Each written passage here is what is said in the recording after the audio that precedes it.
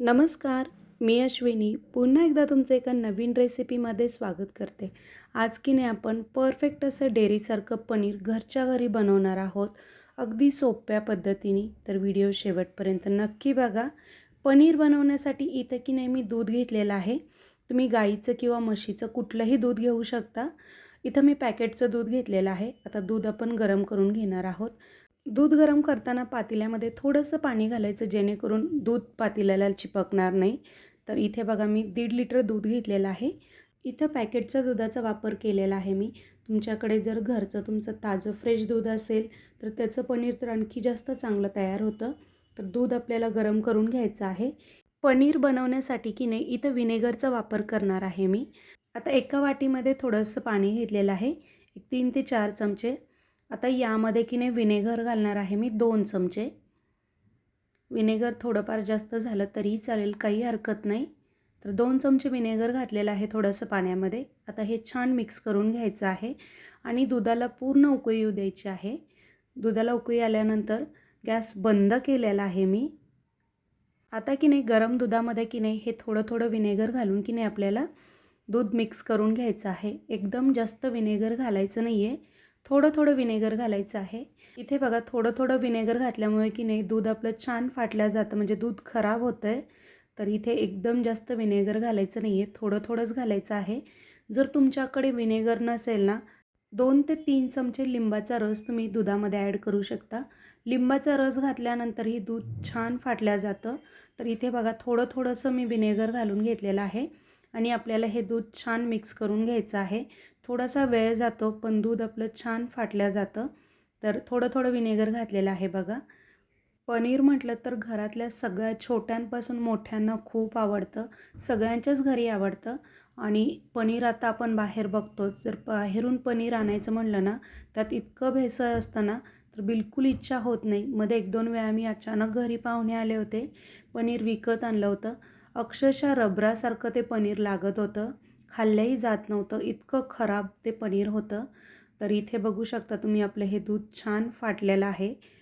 एका साईडला पाणी पूर्ण झालेलं आहे आणि फाटलेलं दूध आपलं छेना एका साईडला तयार झालेला आहे. बघू शकता तुम्ही. पूर्ण पाणी वेगळं होईपर्यंत आपल्याला हे छान मिक्स करून घ्यायचं आहे. आणि पनीर बनवायचं म्हणजे काही खूप अवघड गोष्ट नाही. कुणीही सहज बनवेल, इतकी सोपी ही रेसिपी आहे. मी की नाही बाहेरून पनीर आणणं आता एवढ्यात खूप टाळते, घरीच बनवते. बाहेरचं पनीर इतकं खराब असतं ना आजकाल, बिलकुल चांगलं लागत नाही. आणि आपल्याला माहितीही नसतं ते कधी बनवून ठेवलेलं असतं. तर अगदी फ्रेश असं पनीर आपण घरच्या घरी बनवू शकतो. तर इथे बघा हे आपलं हे दूध फाटलेलं आहे छान. आता एक कॉटनचा कपडा घेतलेला आहे मी.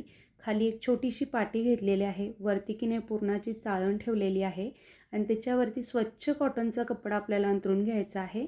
आता खराब झालेलं दूध म्हणजे आपण खराब केलेलं दूध की नाही यामध्ये आपल्याला कपड्यामध्ये ओतून घ्यायचं आहे.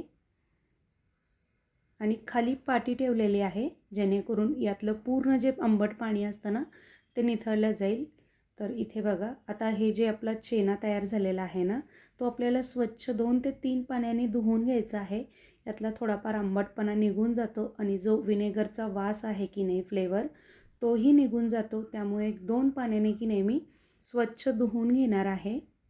तुम्ही जर माझ्या चॅनलला नवीन असाल, तुम्हाला माझी ही रेसिपी आवडली असेल ना, तर प्लीज चॅनलला लाईक करा, शेअर करा आणि सबस्क्राईब नक्की करा. आता की नाही बघा मी दाखवलेल्या पद्धतीने की नाही एक असा गोळा बनवून घ्यायचा आहे आपल्याला.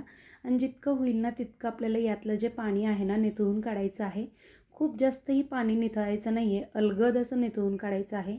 जर तुम्ही खूप जास्त पाणी निथळलं, खूप जास्त ड्राय केलं ना, तर पनीर एकदम ड्राय बनेल तुमचं. आता इथे माझ्याकडे पनीर मेकरचं भांडं आहे. मी ऑनलाईन मागवलेलं आहे. 350 रुपयाच्या आसपास आहे. खूप छान पनीर तयार होतं यामध्ये. कपड्यामध्ये बांधून ठेवलेलं आपलं पनीर जे आहे ना, ते की नाही आपण या भांड्यामध्ये ठेवणार आहोत बघा अशा पद्धतीने, जेणेकरून याला छान असा चौकोनी आकार येईल. थोडंसं दाबून ठेवायचं आहे.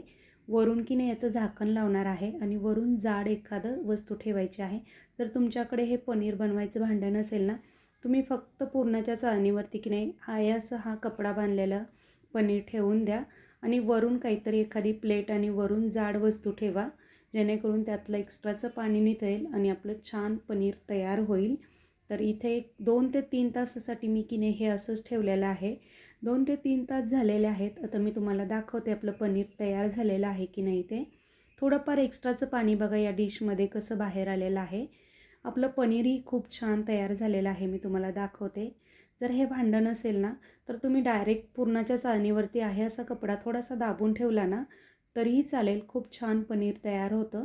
वरून फक्त एखादी जाड वस्तू काहीतरी ठेवायचं आहे. तर इथे बघू शकता आपलं पनीर खूप छान तयार झालेलं आहे. अतिशय हेल्दी आणि एकदम फ्रेश आपलं हे पनीर तयार झालेलं आहे. जसं डेअरीमध्ये मिळतं की नाही, त्यापेक्षाही सुंदर हे पनीर तयार झालेलं आहे आणि शिवाय एकदम हेल्दी आणि अगदी फ्रेश पनीर आहे. 1.5 लिटर दुधामध्ये की नाही साधारण 1 पाव पनीर तयार होतं.